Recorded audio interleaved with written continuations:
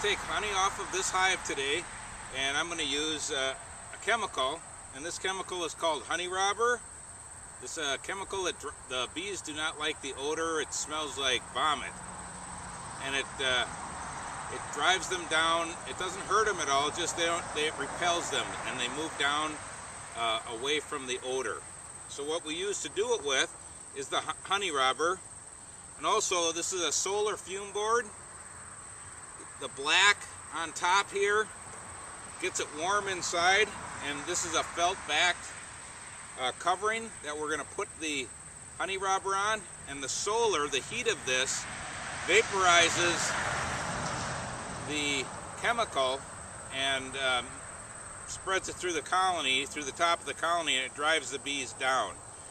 This doesn't work when it starts getting cold. It doesn't work very well, or if there's brood present inside the colony where the honey is, the bees will not leave the brood, so it doesn't work well in that circumstance.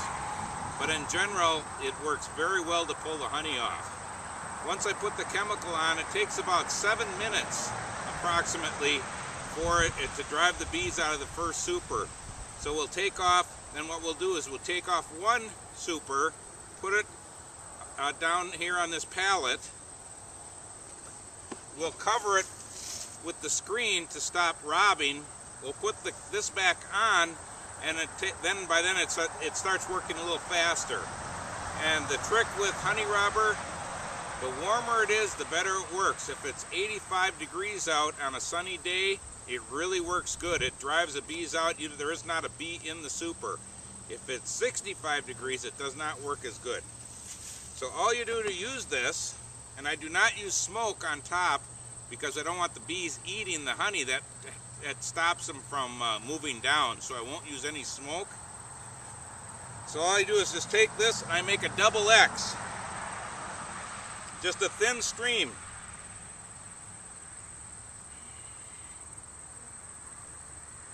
I'll give it a little bit extra because it's the nozzle's a little thin.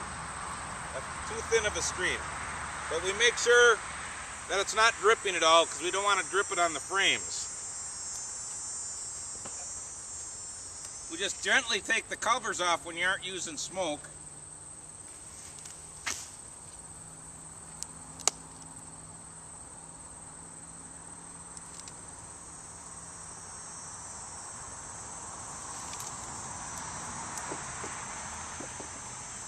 And you can see it's all covered with bees here.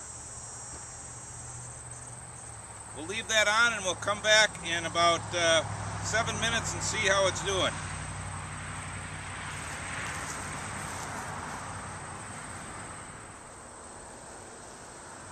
Well, it's been about 7 minutes or so since I put this on, and it is pretty warm out today. It's in the low 80s, so this is working pretty good.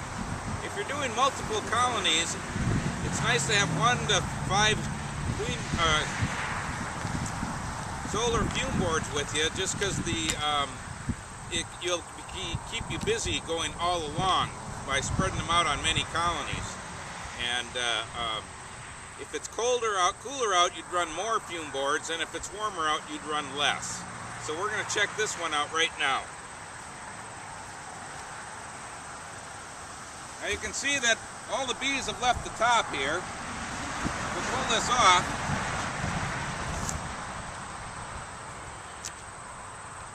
And pull out a frame.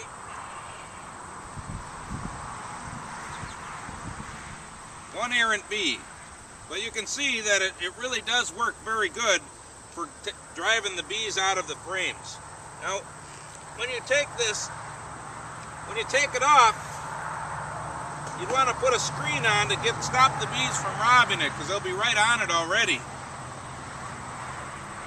And then you just put your fume board back on and repeat the process. And then just keep adding